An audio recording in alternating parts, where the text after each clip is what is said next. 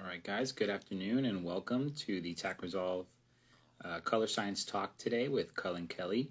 Ahead of Colin's arrival, I just wanted to give a quick introduction for those of you who may not be familiar with his work. Colin is exceptional. He's an LA-based senior colorist, image scientist, and a teacher and author for Blackmagic Design and Frame.io. He is also the founder of Colloid, a set of custom color grading tools that are used by some of the world's top colorists. So Colin is going to be leading a talk today on some of the kind of inner workings of color science. And we're really excited to have him on. He's been a part of a few of our other talks in the past, I think namely Learning with Masters. Welcome everybody in the chat. Hey Kevin, how's it going? Hello to everybody. Hi Muka Nowski. Hello to everybody who's hopping in. So we're going to give everybody a chance to join. I know Cullen's going to hop on here shortly. So we're looking forward to kind of hearing more about what he has to say on color science. So he's a pro, exceptional at what he does. And yeah, so let's see if I can. There we go. Yo-ho! Hey, how's it going? I have to adjust framing here because it's like cutting me off here. Yeah, I'm getting a haircut, man. That's right. Me too. Yeah, it does that when you come on. So, dude, I'm already shook. I was at the doctor the other day, and I found out after a lifetime of thinking that I am 5'10", I'm only 5'9". Oh no. I got big problems, guys. Oh, you're doing good. All right, Colin. So I just kind of gave a quick intro ahead of your joining, but we'll restate that for the class for those of us that are joining now. You're an LA-based senior colorist, an image scientist, and teacher and author for Blackmagic and for Frame.io. And you're also the founder of Colloid, and it's a set of custom color grading tools used by professionals, and top colorists around the industry. So, you want to introduce a little bit more about yourself and kind of teach the class who you are, and maybe we can just kind of jump right into the talk. Hell yeah. Yeah, all true, all accurate statements about me. I'll put it this way to you guys. As Raymond said, I am a colorist, I am an image scientist, but you can kind of boil it all down to me to a realization I had pretty early in life that I love to make things. I really love to make things, and there's only one thing that I love more than making things, and that's making things that make things. So that's kind of my thumbprint as an artist and as an image scientist, and that's where I come at image science from, is as an artist who wanted to seize more control and authorship of the way that I craft my images. So that's kind of my angle that I'm coming at this from, and really sort of the genesis of the conversation I want to have with you guys today about color science or image science. And you're going to hear me use those terms interchangeably today. I don't see a meaningful distinction between them, but whichever of those terms we use, I want to start with a really basic question that I was embarrassed not to know the answer to for a really long time once I started to get into this space of really controlling the way that we shepherd our image from sensor to screen. And that is, what is color science?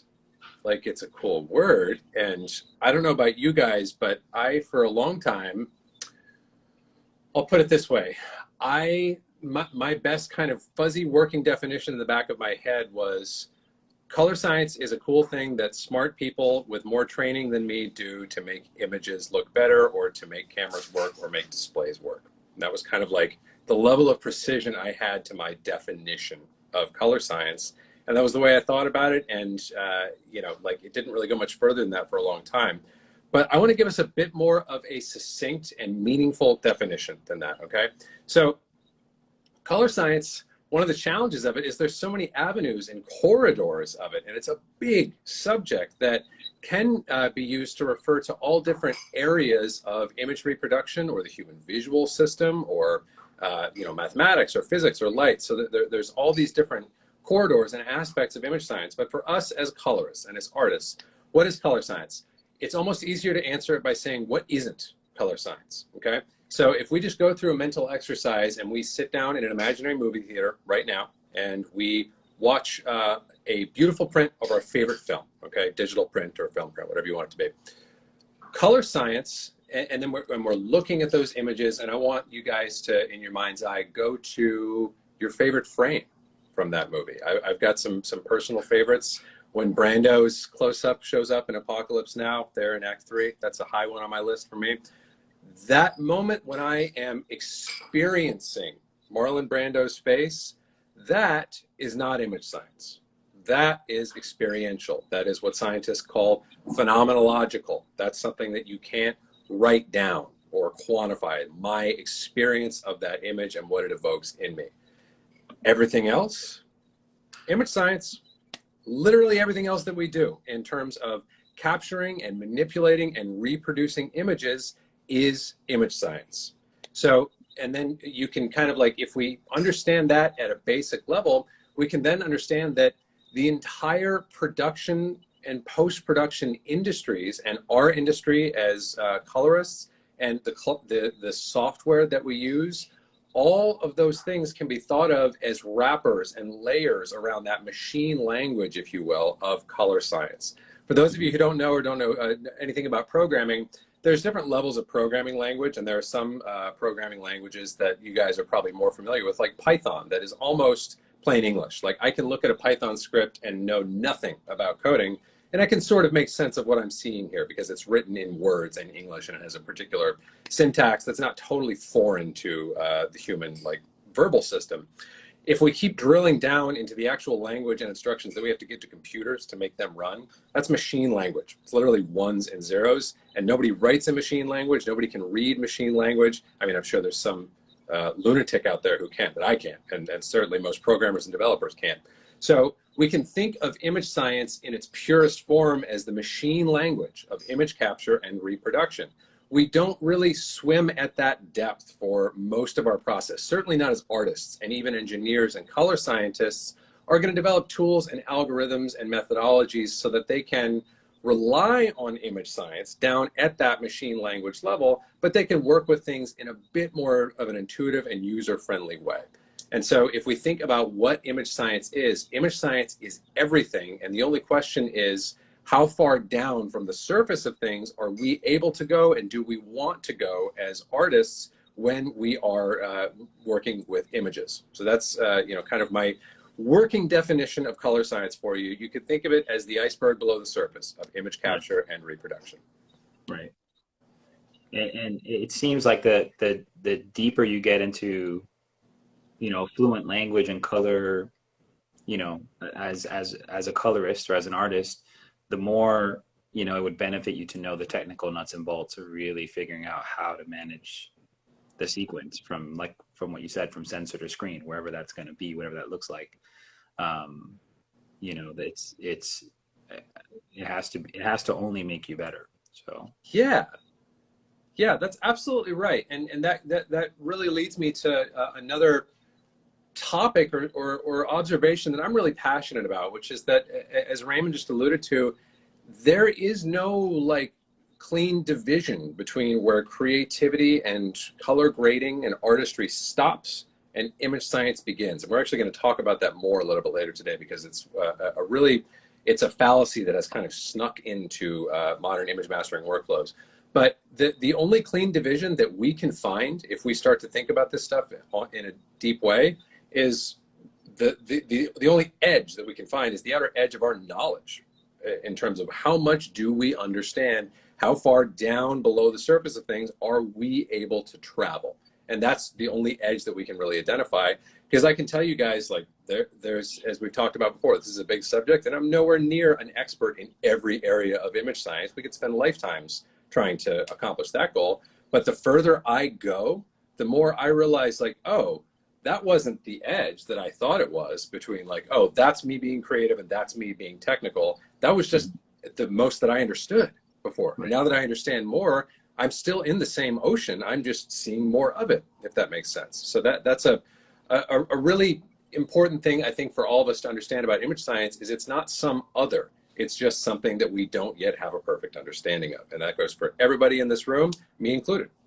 So we've had conversations before with colorists like Walter and you know, Brian Singler, who come on and kind of given their insights as colorists. Who are the practitioners? Who are the people that are behind the scenes that are working you know, as image scientists, and how do they integrate, you know, with people like a Walter or like a Brian on a I guess what I would assume would be a larger project. Yeah. Yeah, can you kind of talk a little bit about that? Yeah, absolutely. So, you know, think of it this way. This is another one of those like really it's a dumb sounding question. At least I was afraid that it sounded dumb, and I had it in the back of my mind for a long time. Like, okay, so who gets to do image science? Like, is it like a doctor? Like, I can't hang out a sign in front of my house tomorrow and say Dr. Kelly and start seeing patients. I'm not allowed to do that. There's rules and laws about that.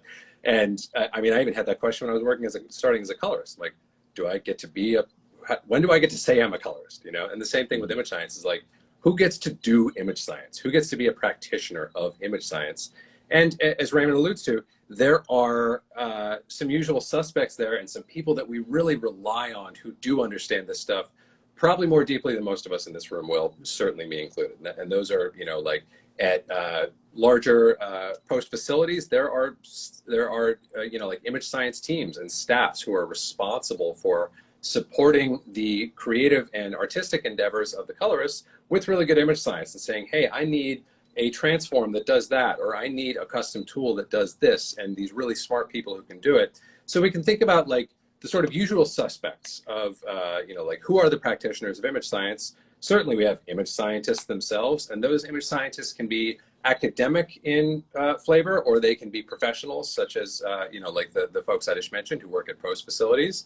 We also have engineers, of course, the people who are actually figuring out like, okay, Ari wants to get into the digital camera business, the cinema camera business, you know, however long it's been since the Alexa came out. Some engineers had to get together and figure out, okay, how are we going to create a physical sensor and then manage its signal flow all the way into a device that captures? Those are, of course, image scientists as well, hardcore image scientists. And I also mentioned as well, there are academics and researchers and people who are in the less like professional practicing stage who actually are responsible today for a huge portion of like the forward thinking research and like thought leadership that is going into the next generation of like, where do we go from here? So those are some of our like usual suspects of color science who in terms of practitioners. And those are people that we, whether or not any of us know it, whether or not like, you know, any of us outside of our business know it, like we all rely on those people and their expertise and their application of it in order to see beautiful images. They're so important. But there's another category of practitioner of color science that we need to think about that is going to be near and dear to all of us. Artists can practice color science. It is not like being a doctor, to go back to my metaphor before. There is no licensing board. No one is going to hunt you down and say, hey, you're practicing without a license. Hey, you're practicing color science without actually knowing the ins and outs of it. Because if that was the bar, none of us would be doing it. I love color science and I love everything that I do in that space. And I'm literally figuring it out as I go along. And the way that I've learned everything I know about color science is by being really, really curious about it. And that's all that you guys need to have in order to start becoming practitioners of color science. You don't need to become experts or obtain your PhD or be sanctioned by some person or group of people in order to start doing it. And in that way, even though it's a very different discipline, it's similar to being a colorist. You know, I can remember at some point stopping worrying so much about when I can call myself a colorist or when people around me are going to begin referring to me as a colorist, and just setting myself about the business of making images beautiful, more beautiful than they came in. And somewhere along the way, people stopped calling me anything else but a colorist. So whatever you want to call that process, same thing with image science. Like if you guys, there's, I guess, to summarize where we've come so far, there's no clean edge between creative and technical concerns when it comes to color grading and color science. And you can start practicing the latter whenever you want, just by being curious. And as long as you're not claiming to know more than you do or being a blowhard about it, then that's like the best thing you can possibly do for your craft. And you know, you talked about Ari and like, you know, how they, you know, they have their Aeroflex cameras forever, and you know, then they transition into digital, and had to create a whole new pipeline, a new system for how to convert, you know, light into a workable image. Can you talk a little bit about the role of color science in in imaging history. You know, we came from obviously from celluloid, and now we're in a heavily leveraged digital space. Can you talk about what that looks like? Yeah, yeah, absolutely. So color science has been, without it always being obvious, with it often not being obvious, color science has been at the center of successfully acquiring, manipulating, and reproducing a motion image from the very beginning. As we kind of talked about at the beginning of our conversation today, there's no way to do that without image science. That, what I just described, is a task of image science, much more so than any other discipline that we might invoke along the way. Yes, there's creativity and subjectivity and artistry involved, and like we can learn and borrow from other visual disciplines in terms of accomplishing that task, but it is fundamentally a task of color science, of image science, and that's true whether it's 1910 or 2010 or 2021. The only difference is the kind of role that image science has played and the role that it has been seen to play by the industry that surrounds it, if that makes sense. So if we think about historically the way that color science was applied, there's a very different core medium in place, right? Because photochemical film was the only medium for that system that I just talked about until very, very recently, guys. Like until, like the last 20 years when digital intermediate came about, we're talking about acquiring something on a photochemical system, processing it photochemically, altering it or manipulating it photochemically on its way to being printed or reproduced photochemically So the only way to do that with that medium is, of course, still with image science, but it's a very different flavor of image science because we're having to deal with chemicals mainly. So there's a lot more chemistry involved in terms of how do we make these organic substances do what we want them to do? How do we combine the right substances? How do we, create sensitivity in them or treat them in order to make them capture and reproduce beautiful images? Ton of variables in there, and it's a very unique flavor of image science. I mean, talk about corridors. That's like, the back hall of the library where it's like, all right, we got to figure out how to apply our knowledge of this stuff and of like the human visual system and capture and reproduction, and then somehow encode it into the behavior of this very erratic analog format. And just to be clear, like any of you guys who hang out with me in any of the spaces where I talk about these topics, I love like photochemical reproduction, and that's in many ways still our bar for getting the most pleasing possible motion images. But it's a very volatile, very erratic, very imperfect way of capturing and reproducing images. So it's not a bad thing that we're moving past it, but that's kind of the fundamental nature of things on the motion imaging side, or on the analog capture side, I should say. And if we kind of think about that more deeply, one of the happy byproducts of that system was that they figured out pretty early on, all right, so there's not going to be any such thing as a perfectly neutral, like let's take one simple link in the chain of that entire system, which has many twists and turns and curves to it.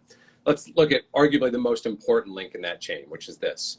We have a captured image. It's been captured well and completely by this robust capture medium, this film negative.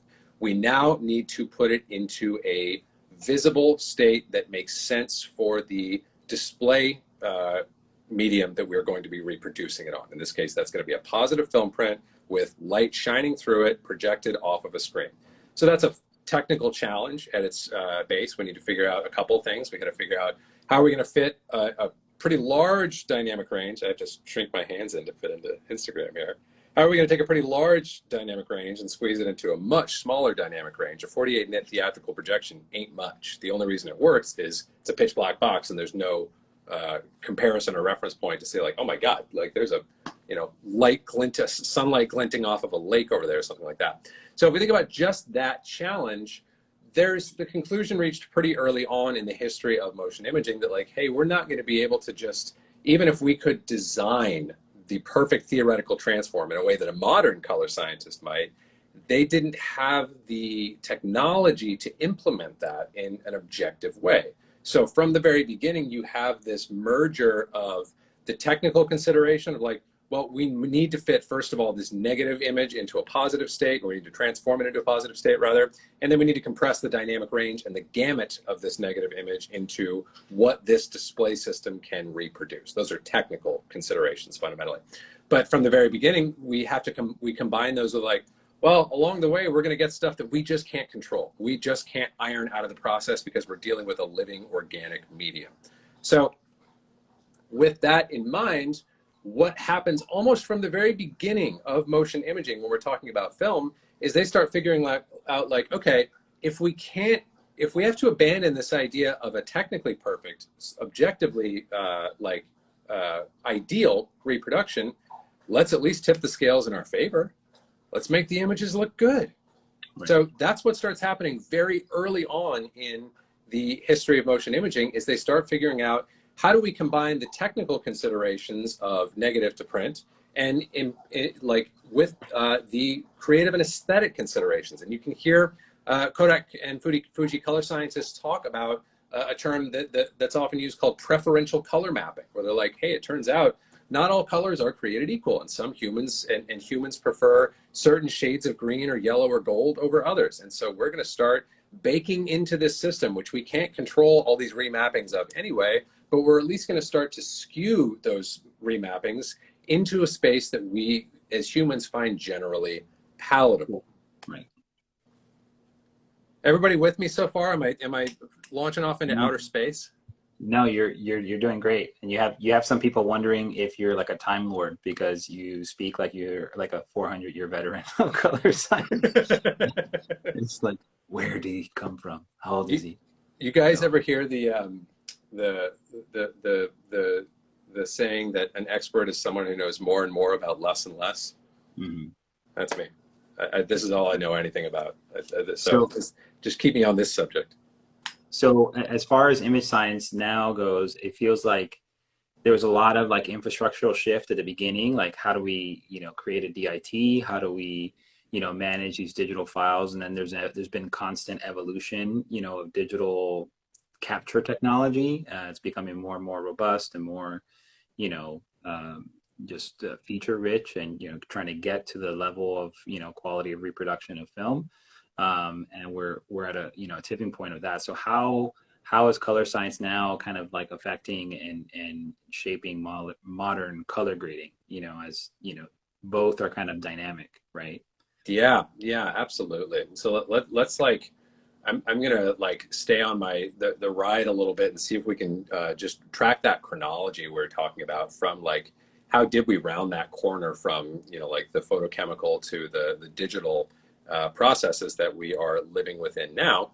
So, again, if we go back to my observation that very early on, image scientists for Kodak and Fuji started to figure out like, all right, we can't control every aspect of this, but what we can do is influence it to do things that the human eye is going to like. And there's like decade upon decade upon decade of very extensive, very expensive R&D done, because, by the way, those two companies had a complete monopoly on the distribution media for films for like decades, like 50, 60, 70 years. And thankfully for us, they reinvested some of the killing that they were making into answering those questions. Like, what are the things that humans like? What are the things that humans don't like? So there's all of this energy and research and intelligence that went into the creation of print stocks for many, many, many years. And as I said, they just very quickly became this hybrid form of, like this hybridization of creativity and technical consideration. And if you guys look back at the history of motion imaging or of filmmaking, you can hear like there's a book that I reread at least a couple times a year called Masters of Light that you guys might be familiar with. That is a really fascinating set of conversations with cinematographers. And I believe it was, the interviews were done in 73, early 70s, something like that. And it's fascinating because it's a conversation with master cinematographers, the likes of whom, like many of them are not with us anymore. But it's interesting to me, not only in the sense of like, these are some of the best cinematographers of any moment in any, like country in the world. American cinematographers in the 70s were on fire, like so good. But one of the things I like about that book is the time period that it is set in, because these guys are guys who are making the images that they're making without digital intermediate. So they're having to figure out they're playing a much more active and hands-on role in the image authorship than some cinematographers do today, or than some cinematographers understand how to do today. So if you read back in Masters of Light, one of the threads that you will see recur again and again and again is their absolute fixation on the selection of a print stock and on the lab guy that they work with. They're like, no, I don't care. It's not just about the lab. I want to know who's running the thing through the baths. I want to know who is actually doing the timing, because those are such important variables. So my point with all of that is this. The print stock, right up until the sort of like decline of film as the primary vehicle for acquiring, manipulating, and reproducing motion images, right up until that point, the print stock was the defining creative aesthetic transform that tied everything together and that made the movie what it was. Filmmakers recognized this. They ran tests and they had their print stocks selected months ahead of time or years ahead of time. And you can couple that with their lab work, that, you know, things like, oh, we want to push a stop, or we want to do a skip bleach or whatever. But the print stock is really the ground level, like what's going to define the contrast ratio, what's going to define the saturations, what's going to define what gold does and what cyan does and how grass looks and all that stuff. That's all going to be defined by the print stock. And once you select it, there's going to be finite control over that, because color timers, as you guys may know, had a very simple set of tools at their disposal. Red, green, blue. That's it. Nothing else. No contrast, no saturation, no power windows, no qualifiers. So my point with all this is we've now made a transition into this digital era, to go back to Raymond's question. And things have happened rather quickly, in case anyone hasn't noticed. We've figured out how to do things digitally very fast, and the very correct conclusion that as soon as we started to figure out, like, oh wow, we can capture robust images with plenty of color volume and dynamic range, and we can put good cinema lenses in front of that sensor, and then we can reproduce that digitally, and we don't have to deal with the volatility and the variability that comes with this organic medium that we've been trying to hammer into shape for the last century. Sold. Like everybody is perhaps a strong statement, but I think we certainly by now, 20 years on, have figured out that this is the way of the future. And despite a couple of holdouts who are finding a way to accomplish their goals in photochemical systems, we're not going to have film forever. Like, and it's going to occupy a smaller and smaller portion of images in terms of what's the way that they are captured and reproduced. So if we take the transition into digital as a given, at least in the bulk of films and you know, like motion images in general, and we think about how we have navigated that transition from film to digital, here is what I have observed about that transition. We have done a little bit of throwing the baby out with the bathwater, because we figured out, like, okay, we now actually can do a pretty good job of decoupling technical transformation from creative transformation, right? So we were talking about that earlier with the print stock. They figured out early on, like, okay, it's never going to be perfect. Let's at least skew it in our favor. With technical transformations, we can have pretty neutral technical transforms, like a simple ARRI to ARRI log C to Rec 7 or 9 LUT. There's going to be some subjectivity involved because we're still trying to squeeze a larger volume of image material into a smaller volume, but it's much more objective than we could ever get with a film print. And what we have lost in the process, the thing that we have not yet figured out what to do with or how to preserve, is the art of the print stock and the role of the print stock. And it's not even a term that is in regular usage anymore, except by lunatics like me, who still feel that, like, as a term and as a concept, that still should be and can be the defining aesthetic aspect of an overall imaging pipeline.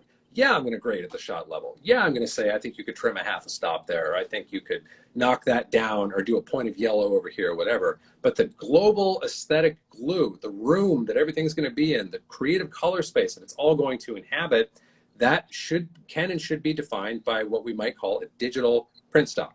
But I'm getting a little bit ahead of myself. Long story short, that's where I feel like we have yet to round the corner in a graceful way when it comes to digital. Yeah, I think for me it would be, the research and back then you had the fixed stock, like you knew what your stock was, that you wanted to print to, so that, and then you just had a lot of craftsmanship, like, okay, this stock reacts to blacks a certain way if I underexpose them or if I overexpose them, and I like the way that looks in this range for the scene, for the story and the tone and the look I want to create. And there's a lot of that craftsmanship. And I think going to your point now is like, how do we develop that strong authorship as creators, as managers of the image from capture to delivery? And how do we do that for this digital, space where everything is so open, right? There's so much flexibility. How do we really narrow that in? And for me, it's like, okay, if we're going to pick a certain camera, we got to really figure out what is the best image we can get out of this sensor. How does this sensor react to blacks, to highlights, to skin tones? What's the look, the aesthetic, the story? You got to have a strong sense of that. And then where do we want to push all that to? And, then develop your whole strategy and approach for everything from there. So, on your side, are you seeing, a lot of, are you seeing cinematographers rely heavily on image scientists to kind of trust that they have that technical information, or are they themselves, starting to work with people that are giving them are they approaching it from like a look perspective, like, I want to go here with the image, can you guide me there?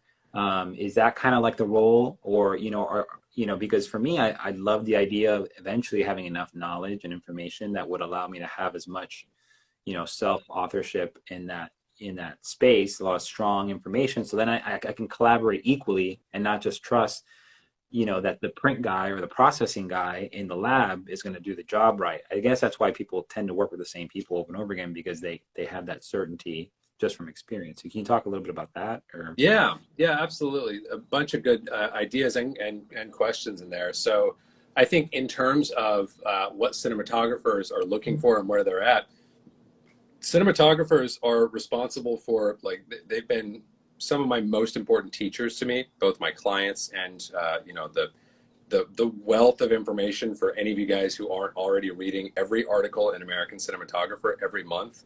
Guys, there's no American director, there's no American colorist magazine, but there is American Cinematographer. These are the people that are acquiring the images, and they're giving away the information. It's out there. You want to know how they lit that and what they lit to, and what the sources were and how far away. They're telling you every single month. It's absolutely incredible. So I count cinematographers, both the ones I know personally and the ones I look up to who I've yet to get to work with, as some of my most important teachers in this craft. But and one of the ways I would count them, or another of the ways that I would count them as my teachers, is a lot of the times it's cinematographers that have pushed me outside of my comfort zone, because they're like, you're not getting it yet. Like, I want this. I want it to feel like that. And I'm actually not able. That was one of the first things that sent me down the rabbit hole that I feel like I'm still falling down, was a cinematographer explaining to me, like, no, like, you need to have a big, like, toe in the shadows, but the shadows need to die above zero. I remember that being like a thing that happened a few years ago.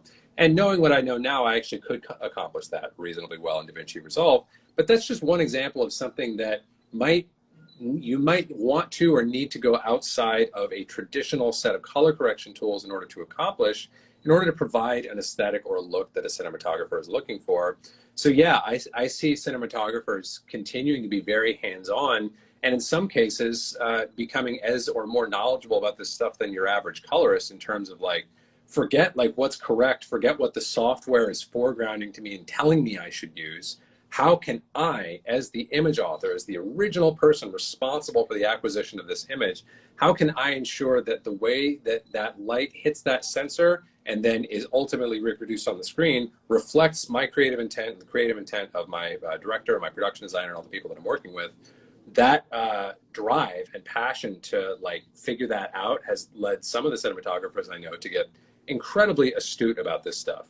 But to briefly go back to another point that you brought up, Raymond, there's the other, like, sort of key transition that we've made going from film to digital is film to digital, despite having really good solutions for how do we get from scene to display. It's like, all right, we've got, you know, like we've got these print stocks that have, you know, tens of thousands of hours of R&D and great image science that have been invested and encoded into them. There were only a few of them, and they were all good, right? Like, take any moment in filmmaking history, and we're prepping to go shoot a film. Okay, what print stock would you like? You know, do you want the hamburger, the hot dog, or the steak? Like, there's only a couple of print stocks available to choose from at any time. Compare that to today. Okay, I'm about to go shoot a film on an Arri, or I'm going to go shoot a film on a Red, or whatever. There are literally infinite solutions to how we shepherd that sensor state image into a display state image, even with just saying one display. Forget the fact that we now have a gazillion displays to work with. And those transformations, those gazillion, are far from all created equal. There's good ones, and there's bad ones, and there's mediocre ones. And so it's on us, and it's on our collaborators, the cinematographers we're working with. We have to navigate that space in it's a much larger, much more dimensional space than it used to be with film. It's like, all right, do you want bachelor number 1, bachelor number 2, bachelor number 3? It's nothing like that today. But it's also the exciting part, because we can design, once we have the tools and the knowledge, we don't have to spend tens of thousands of hours on chemistry and R&D. We can just design whatever we want if we have the tools and the knowledge, you know? Right. Yeah, that's pretty awesome.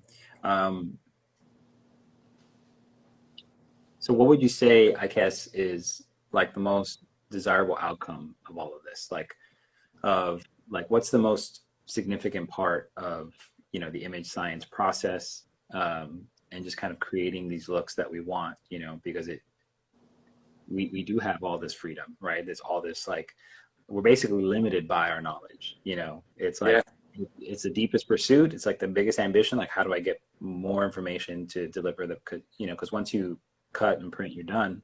Like, that story's told, right? So how do you get the best out of it? I mean, what are your thoughts?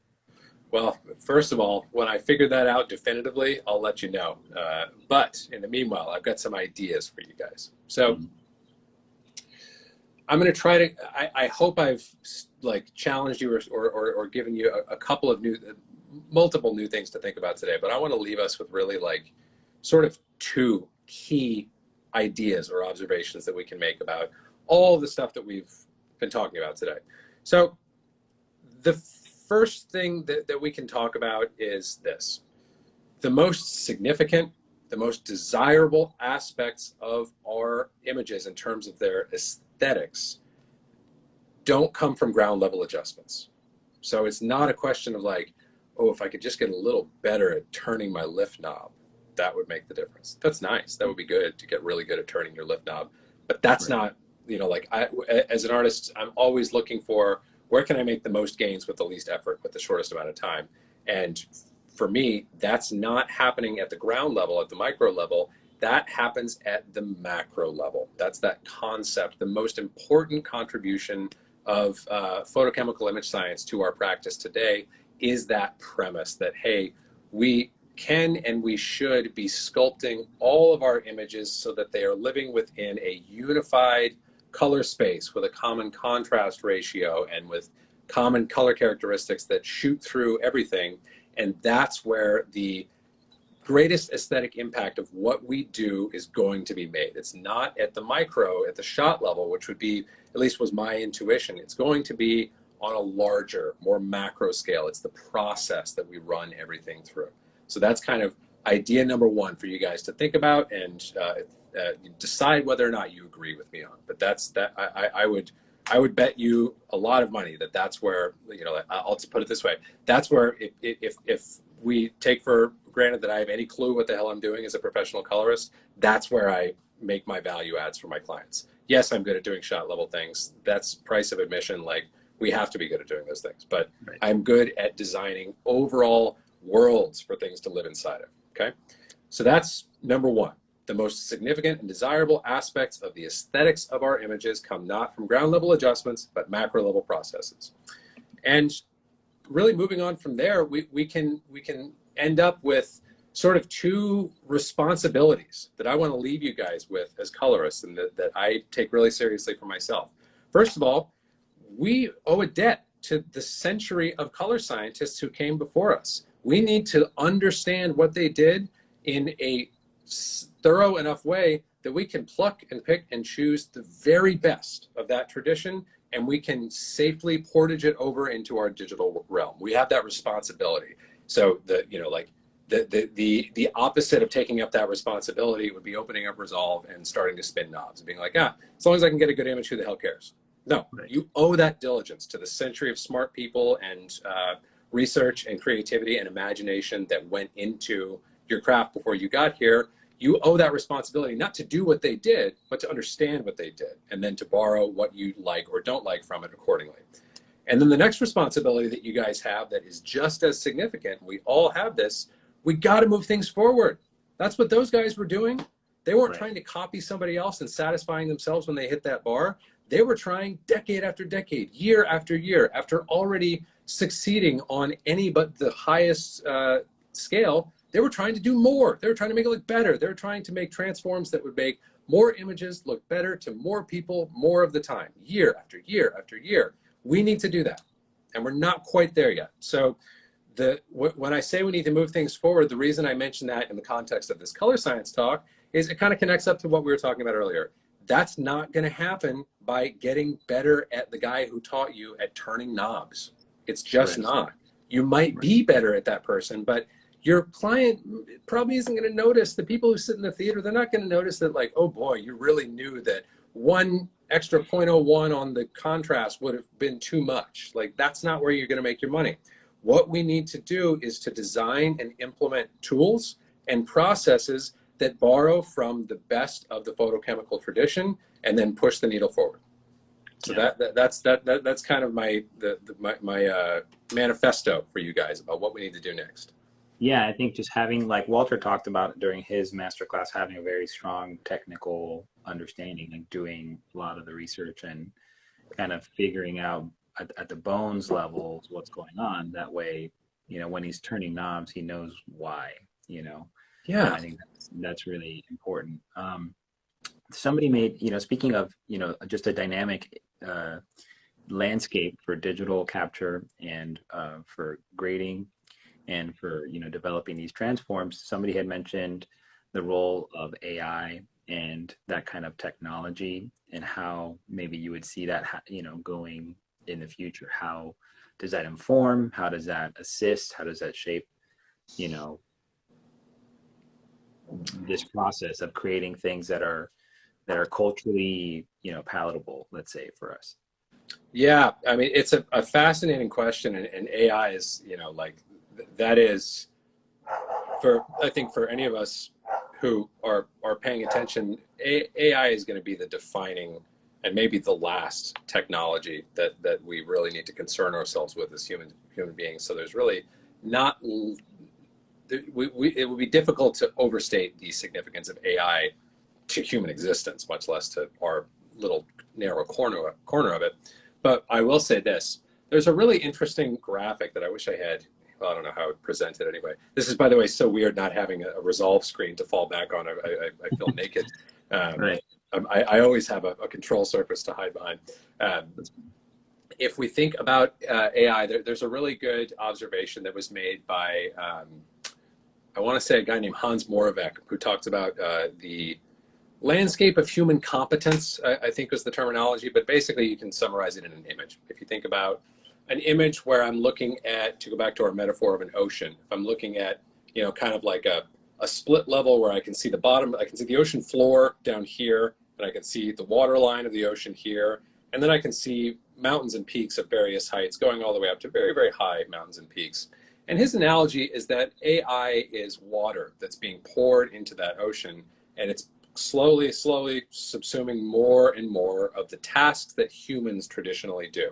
And down there at the bottom are rote mechanical tasks, things that we've already pretty well mechanized and taken humans out of the loop for, because we've recognized, like, hey, the machines are just better and safer and more efficient at doing these things. And if we look at that landscape of human competence, the highest mountain peaks are abstract creative thought. So my hunch is that we are going to rely on AI to do more and more of the sort of like color science supportive aspect of what we're talking about, but that final outer layer, and this is something that I'm going to be talking a lot about, or I've been thinking a lot about lately, is like, how do we put a wrapper around like what's happening down there at the lower machine level? How do we put a wrapper so that we are providing ourselves as artists, or in my case, because I'm a developer, I'm providing to other artists, the right combination of control and constraint. And I'm presenting parameters that allow them to control and shape and really meaningfully participate in what's going on down there under the hood, but I'm giving them parameters that are intuitive and that provide reasonable constraint.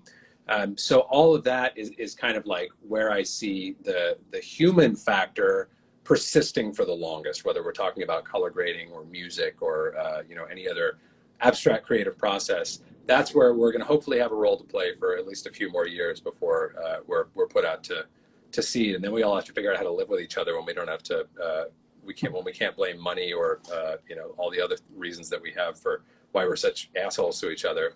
We're going to have to figure out how to live with each other. Anyway, that's a tangent.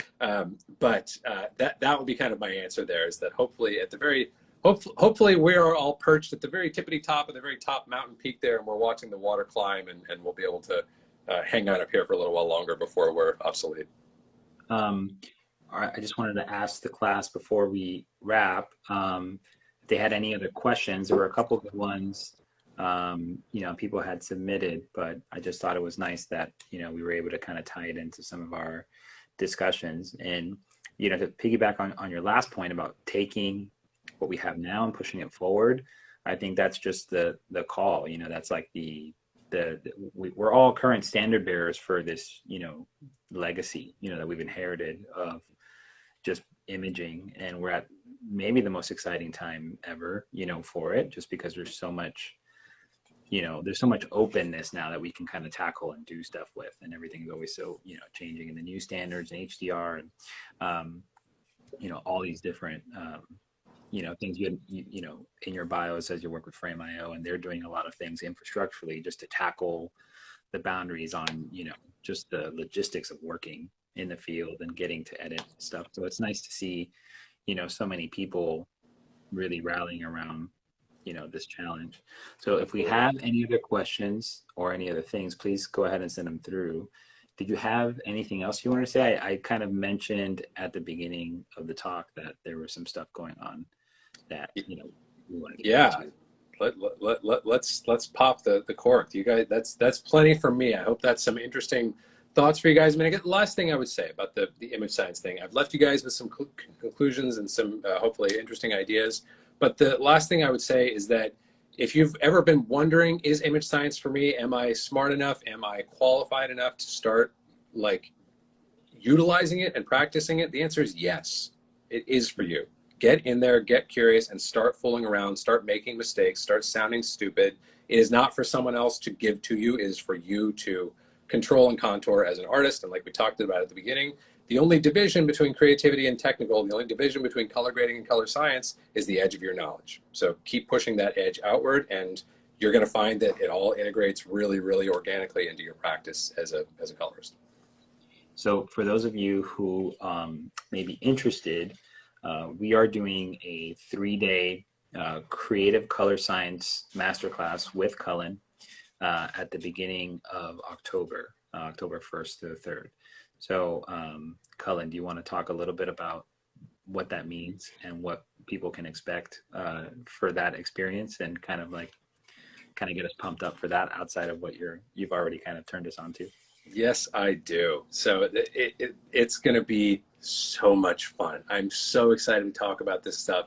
My wife makes fun of me because she walks past my desk periodically when I'm working, and she sees what any of you guys who join for the class are going to be working with a lot, which is what she calls my rainbow stones, which, like, if you imagine a 3D RGB cube, and what we're going to be focusing on a lot in the course, which is how can we sculpt that into a shape that does cool things to images. My wife walks past and goes, "Oh, you're playing with your rainbow stones for the 10,000th hour." I'm like, "Yeah, I am."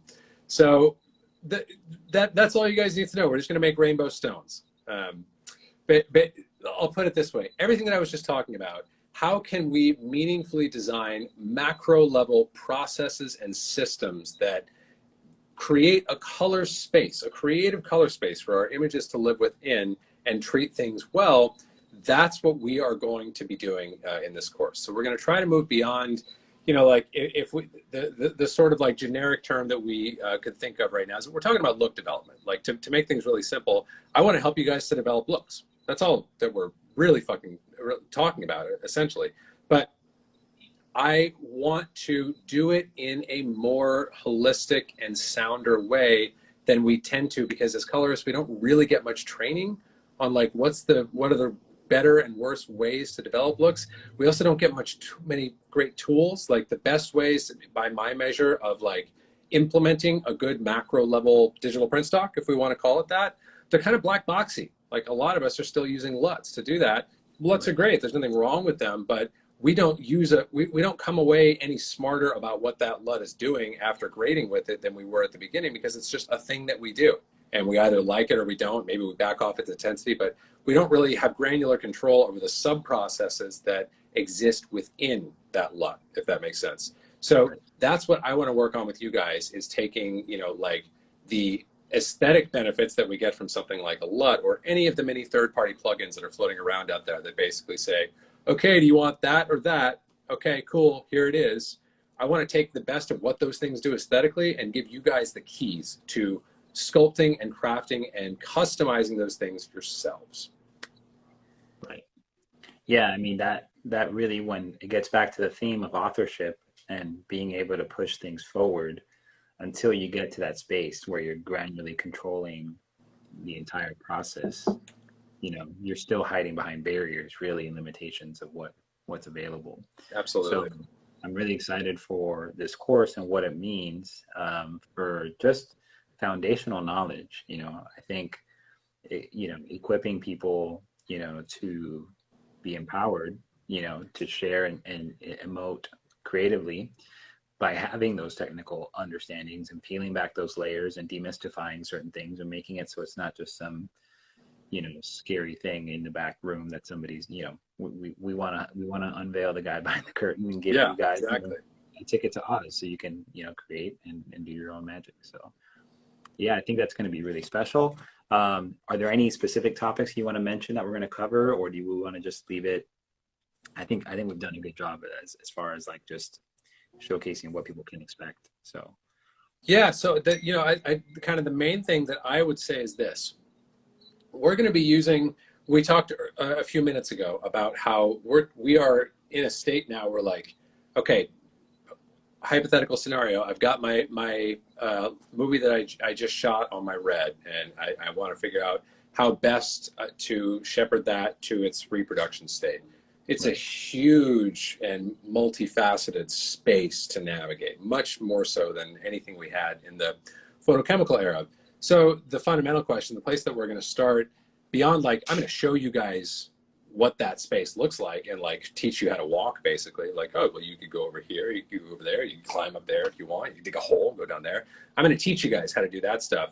But I will say this, in terms of like going beyond like, okay, how do we move through that space and answering the question of like, well, which direction should we go? We're going to be anchoring everything in the best of the photochemical tradition, like we talked about earlier. So the burden of proof is on, I'm not a film apologist in the sense that I think that film is some high watermark that we will never reach or surpass, and that we've just got to slum it on the digital side now that we are moving away from film.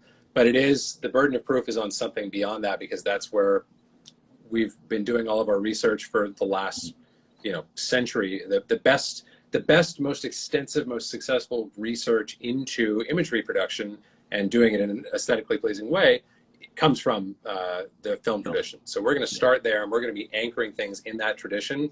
And then we're going to be able to meaningfully identify something that I talked about earlier, which is like, okay, now that we've netted some of the benefits, what are some of the limitations? For example, HDR and a film print. Film prints aren't designed for HDR. They were never designed for HDR. In fact, they're designed for LDR, low dynamic range, lower than SDR. So that is one of the first questions we're going to talk about. It's like, all right, well, now we don't have to be bound by the fact that that curve rolls off and goes completely flat at 48 or 100 nits. We want to go up to 10,000, we can go to 10,000. How do we figure out where to put that? How do we make those aesthetic evaluations as well as understand the technical aspects that are going to go into them? Mm-hmm. Yeah, that's awesome. And I think basically, we're learning how to make our own print stocks effectively, That's exactly it. Yeah. So, yeah, and that's really great because maybe that adds value too, not just for colorists. Like, let's say a colorist walks onto a project that he, relates with a cinematographer, or a cinematographer walks into a project that he wants to shepherd and bring to a certain end result. Now they're adding that extra value where they know how to do those things. They know how to dig in and really kind of speak to what they want, and not just kind of like not having the language tools to convey that, which can be challenging if you're not working with somebody that you communicate well or that can interpret what, sometimes that's a barrier. Yeah. So having language, foundationally is going to be huge for what people can create. So I think to that end, I think it's going to do exactly what, we're burdened to do, which is help people push things forward. So that's going to be really exciting. Yeah. Do you have any closing thoughts or anything else you'd like to share with the class before we wrap up? Yeah, so I think one thing that I wanted to mention, just because I've had a few people reach out asking about it. So first of all, I'll tell all you guys that what that's going to look like, what the 3 days is going to look like. It's going to be a combination of discussion like we're having now, but we're going to be spending most of our time doing hands-on stuff, not on the color page in Resolve, but on the Fusion page. And that's not because I'm trying to trick you guys into becoming compositors. That's because Fusion allows us to control and create processes in a way that the color page does not. And it allows us to implement like custom mathematics and to basically do more in terms of designing processes and using the tools that are necessary to do that effectively than we can do in Resolve. So what I want to say is this: we're going to be in Fusion. You do not need to have any knowledge of Fusion going into it. I'm going to show you what you need to understand. And the end product is not going to remain in Fusion, but in fact go back over to your color page and be back on familiar turf. But I just want to kind of make that clear that that's what the course is actually going to look like, is doing stuff in Fusion that I'm going to teach you, and then ultimately figuring out how to ship out those processes and that creative color space that we're talking about sculpting back into your color page, where you can go about your business grading underneath it and making really kick-ass images. Yeah, that sounds amazing. So for those of you who are interested, the class is going to be 3 days, October 1st through the 3rd, and it's going to be roughly 18 hours broken into 3 sessions, so about 6 hours a day. And the detailed scope of study for the course is available on the events page of the TAC Resolve website. So if you go to tacresolvetraining.com/events, you will find the details for the training course, and you can dig deeper into what's available. So Colin, we just want to say thank you for taking the time. I know you're incredibly busy and you have a lot going on, so we just really appreciate you taking the time to talk with all of us and getting us excited about the ideas of foundational understanding of color science and how that can affect, improve, and free us to do and be in more control of our images. And, I think the ramifications of that are going to help impact careers and lives in a great way, and not just make more beautiful images, but really enable people to do the work that they love to do. So, well, thank you, Raymond, and thanks to all of you lunatics who are here to talk about color science and the obscure aspects of our craft on a Saturday. Everyone go enjoy your weekend, and hope to see y'all in class. Sounds good. Thank you, everybody, for joining, and we'll talk to you again soon. Bye-bye.